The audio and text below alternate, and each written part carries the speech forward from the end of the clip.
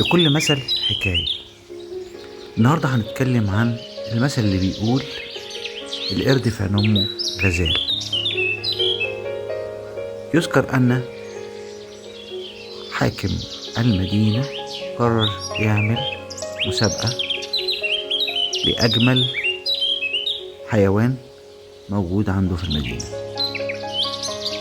فنادى في المدينة: يا حيوانات الغابة، تعالوا للمدينة عشان نشوف أجمل حيوان فيكم. أول حيوان أتى كان الغزال. جه الغزال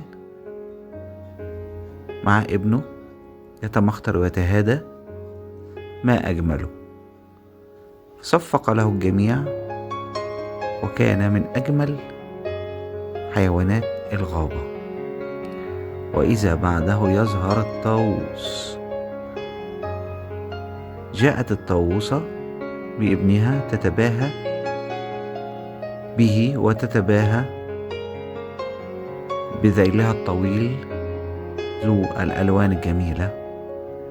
ثم أتى الأسد يتبختر ويتمخطر وتأتي بابنها ليشاهدها الجميع ويصفق لها أنها من أقوى المخلوقات الغابة. في هذه اللحظة أتى الحاكم ليقول: انتهت المسابقة.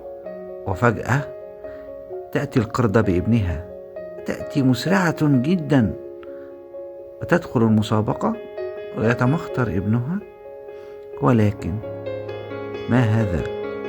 إن القردة تقول: ابني أجمل مخلوقات العالم. فنظر الحاكم إلى الجميع وقالوا: ما رأيكم؟ قالوا: ما هذا ما هذا؟ قال الحاكم: القرد في عين أمه غزال.